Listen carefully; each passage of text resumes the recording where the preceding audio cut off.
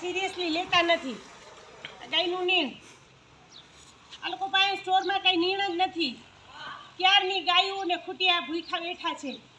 ક્યારની 8 વાગે ગાડી આવી જોઈએ ને બદલે 9 વાગે આવ્યા, હજી ગાયનું નીણ આવ્યું નથી. ગાયનું નીણ આ કેવી રીતે ખાય?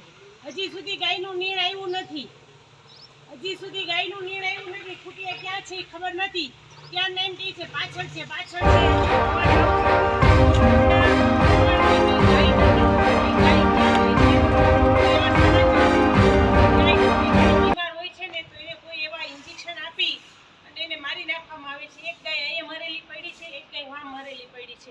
અમને સાચું રજીસ્ટર બતાવ્યું નથી એટલે અમે બધા રજીસ્ટર અત્યારે લઈ લીધા છે અમારી હાથમાં.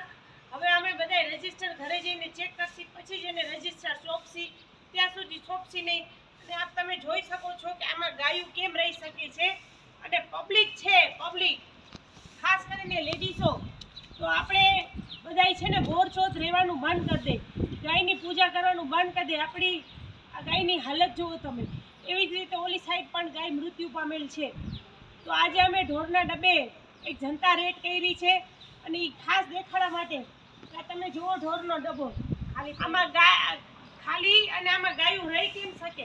અમે બૂટ પહેરીને અંદર આવ્યા છીએ, બરાબર છે. એટલે વિડીયોના માધ્યમથી અમે તમને કહેવા માંગીએ છીએ કે પબ્લિક તમે લોકો થોડાક જાગૃત થાઓ. આપણે વેરો ભરીએ છીએ, ટેક્સ ભરીએ છીએ, તો સાથે સાથે એ લોકોને કહો કે ગાયું માટે કાંઈક કરે. નથી ગાયુંને સરખું નીણ આપતા, નથી સરખું પાણી આપતા, નથી બિચારી ગાયું તડપી તડપીને મરી જાય છે, નથી આ ગાયું બોલી શકતી. એટલા માટે આજ સવારના અમે ક્યારના 7 વાગ્યાના ઘરેથી નીકળી ગયા છીએ, તો અમે અહીંયા 8 વાગ્યાના અહીંયા બેઠા છીએ. અને આખીરમાં અમે જનતા રેડ કરી અંદર આવીને, અને એ લોકોએ બારોબારથી એક ટ્રેક્ટર રવાના કરી દીધું જેમાં ગાયો મરેલી મૃત્યુ પામેલી હતી, જેને એ લોકો એક જગ્યાએ લઈ જવાના હતા જ્યાં એ લોકો દફનવિધિ કરે છે. પણ એના ફૂટેજમાં અમે આવી ગયા એટલે એ ટ્રેક્ટર એ લોકોએ રવાના કરી દીધું. અમે આગળ હજી તમને લોકોને દેખાડશી. પણ આજે અમે સેવાદળવાળાએ ગાયોના ઢોરના ડબ્બે જનતા રેડ પાડી છે.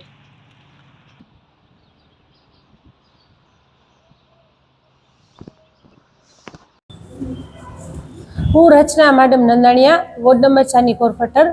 ગઈકાલે અનનોન નંબરમાંથી એક ફોન આવ્યો કે બેન તમે ઢોરના ડબ્બે કાલ સવારે મુલાકાત લ્યો ને, કે ભાઈ અહીંયા ગાયોને ખૂટિયાને ટાઈમસર નીણ નથી મળતું અને અહીંયા કોઈ ડૉક્ટર નથી આવતું. એટલે આજે સવારે વહેલી હું 7 વાગ્યા ઘરેથી નીકળી ગઈ અને લગભગ 8:30 વાગ્યા સુધી બેઠી. ત્યાં સુધી કાંઈ પણ આવ્યું નહોતું. 9, 8:30, પોણા 9 સુધી. પછી હું ઢોરના ડબ્બે અંદર ગઈ અને મેં જોયું તો ગાયો અને ખૂટિયા બધા એમના બેઠા હતા. એમાં 2 ગાયો તો મને એમ થયું કે મૃત્યુ પામી છે. અને મેં એ લોકોના ફોટા પાડ્યા તો જરાક અમે અડ્યા ને તો એ ગાયો હૈલી. તો એટલી કાદા કિચડમાં એ પડી હતી ને કે કોઈએ એને ઉપાડીને એની ટ્રીટમેન્ટ નહોતી કરી. એટલે અમે એ 2 ગાયોને ઉપડાવી અને એની ટ્રીટમેન્ટ કરાવડાવી. અને ખૂટિયા અત્યારે એટલા કાદા કિચડમાં પડ્યા છે ને કે નથી એની કોઈ જાતની સફાઈ થતી, નથી કોઈ જાતની ટ્રીટમેન્ટ થતી. ડૉક્ટરોને અત્યારે અમે બોલાવી અને ગાયોની ટ્રીટમેન્ટ કરાવડાવી. અને અત્યારે કહી દીધું છે અમે કે તમે તાત્કાલિક ધોરણે આ 2 દિવસની અંદર બધું સાફ સફાઈ ચોખ્ખું કરાવડાવો અને આ લોકોને ટાઈમસર નીણ નખાવડાવો. ખરી રીતે આ લોકો કોન્ટ્રાક્ટરોને આટલા પૈસા આપે છે, પણ મારું એવું કહેવું છે કે જે ગાયોનું આટલું ખાતર છે ને એ જે ખાતરમાંથી જ ગાયોના પૈસા નીણા ઊભા થઈ જાય છે. આ ગાયોના ખાતરમાંથી ને નીણા પૈસા ઊભા થઈ જાય છે. તો કોર્પોરેશનવાળા શેના પૈસા કોન્ટ્રાક્ટરને આપે છે? અને આ કયો કોન્ટ્રાક્ટર છે? આ કોન્ટ્રાક્ટરને તો ફાંસીની સજા મળવી જોઈએ. જે ગાયો અને ખૂટિયાના પૈસા ખાઈ જાય છે અને એને ટાઈમસર ખાવા નથી મળતું. આજે આપણે ટાઈમસર ચા કોફી જમવાનું ન મળે તો આપણી કેવી હાલત થાય? આ મૂંગા પ્રાણીઓને ટાઈમસર જમવા નથી દેતા. આ રાક્ષસ છે, જીવતા રાક્ષસ છે. આવા જીવતા રાક્ષસોને તો ફાંસી દઈ દેવી જોઈએ કે જે એકવાર ઢોરના ડબ્બે ખરી રીતે જેને પ્રાણીઓ પ્રત્યે અને આવા મૂંગા પ્રાણીઓ પ્રત્યે પ્રેમ હોય ને એ લોકો બધા ઢોરના ડબ્બે જાઓ અને સીએમ સાહેબને ફેક્સ કરો, ઈમેલ કરો અને આ લોકો વિરુદ્ધ કાર્યવાહી કરો. આજે તમે જુઓ આપણે એ લોકો બધી જગ્યાએ જઈ અને બધે શિલ્ડ મારે છે. કરવું જોઈએ, હું તો એમ કહું કરવું જોઈએ, પણ આ એ લોકોના રજીસ્ટર તમે જુઓ. આવા રજીસ્ટર એ લોકોએ બધાએ આવા રજીસ્ટર બનાવ્યા. આવા રજીસ્ટર હોય આ જામનગર મહાનગરપાલિકાના રજીસ્ટર.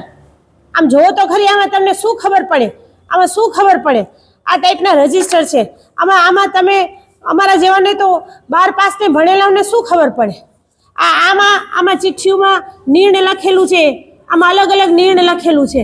આ બધું અમે લઈ આવ્યા અહીંયાથી જોવા માટે કે ટેકનિકલી ખબર નથી પડતી ને એટલે ફોટો પાડવા માટે. અહીંયાના લોકો કોઈ અમને સાચી વાત જ ન કરી એટલે અમે અહીંયા રજૂઆત કરવા માટે આવ્યા હતા.